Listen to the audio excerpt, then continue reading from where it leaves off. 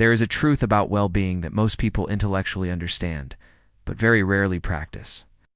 You are constantly offering two types of signals: what you want and what you do not want, what you prefer and what you resist, what feels like expansion and what feels like contraction.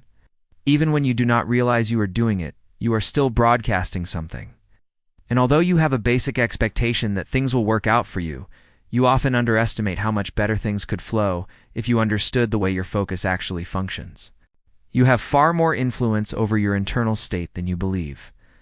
You have the ability to choose thoughts that move you forward. But when you try to control your thoughts because you are in a moment of panic, it does not work. When things are not going well, and you say, "I have to get a grip," you do not get a grip on what you want. You tighten your grip on what you fear. You increase the momentum of the very thing you would like to undo. You cannot stand in the middle of a problem and suddenly match the vibration of the solution. The frequencies are too different. Emotional lenses are incompatible. So the first understanding is simple. When you look at something unwanted and you feel the tension or fear or disappointment that rises inside you, that negative emotion is feedback. It is not punishment. It is not a sign that something outside of you is against you. It is simply the emotional signal that your inner being, which always holds the frequency of your answered desire, is in a very different state than the one you are currently focused on. When you face contrast, when you witness something that you do not want, you automatically create clarity about what you do want. You launch what Abraham calls a vibrational rocket of desire. It is instant. It is precise. And the larger non-physical part of you flows toward that desire immediately. Your inner being becomes the version of you who already has what you asked for. But here's the part people skip. You cannot join that version of yourself through tension. You cannot argue your way into alignment. You cannot worry your way into clarity.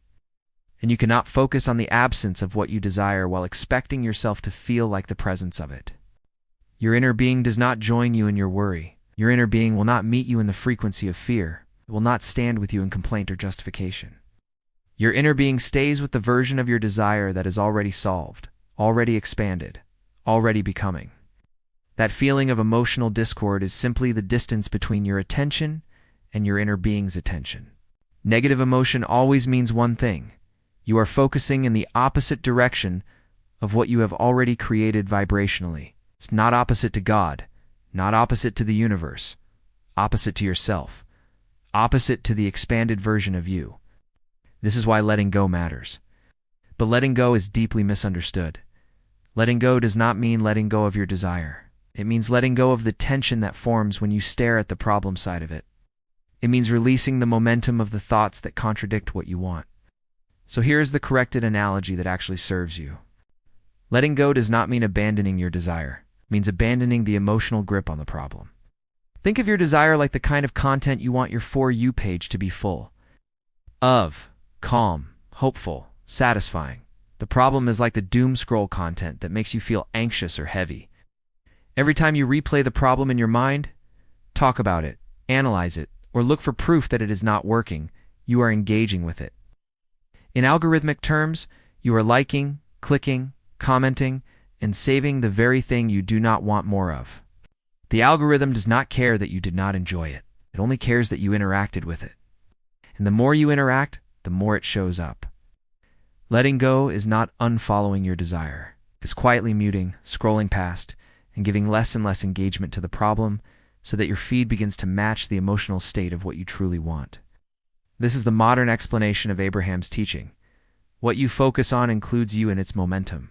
What you deactivate stops receiving energy. What you stop feeding stops growing. This is why Abraham always reminds you that you must soften the vibration of the problem before the solution can be felt. You cannot be in the question and receive the answer. You cannot be in the fear and feel the clarity. You cannot be in the tension and feel the momentum of well-being. The vibrational frequency of a problem is not the same as the vibrational frequency of a solution. They live on different emotional levels. That is why the emotional scale exists. You can only access the upper levels when you let your emotional engagement with the lower levels settle. This is where the art of allowing begins. You do not have to solve everything at once. You do not have to be perfectly positive. You do not have to meditate for hours or rewrite your entire mindset in one day. You simply have to activate less of the problem and allow the natural momentum of your desire to rise. You know this already from social media behavior.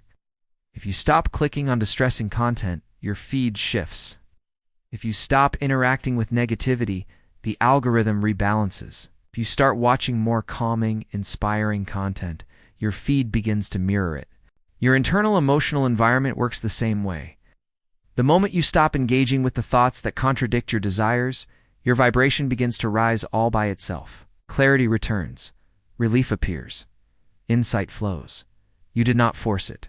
You allowed it. The version of you that launched the rocket of desire is still active. Your inner being is still holding the frequency of what you want. Your vortex is still organizing cooperative components. Nothing has gone wrong. The universe is not confused. You are simply engaging with the wrong part of the story. When you give less attention to the unwanted signal, momentum slows.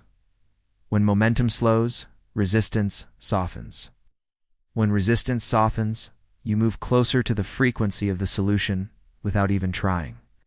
This is why you sometimes get ideas out of the blue, why someone calls you, why an opportunity appears, why money shows up unexpectedly, why timing aligns effortlessly. It is not random, it is resonance. Your grid, your point of attraction, begins filling in with what matches your softened, more allowing state. Think of it like clearing space in your internal storage.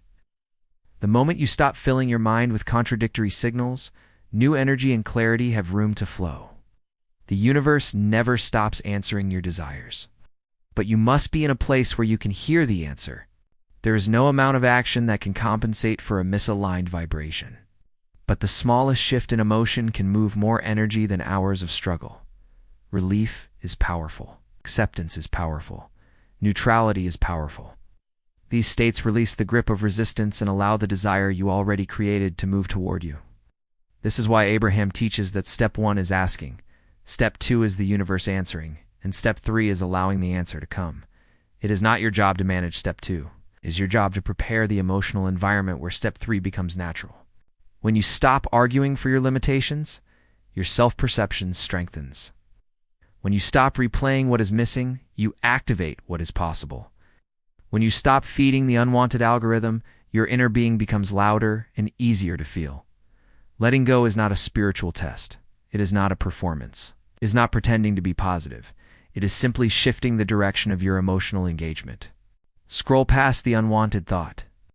Give less airtime to the worry. Let your attention drift toward something softer. Let your mind breathe. Let your system reboot. Let the tension dissolve.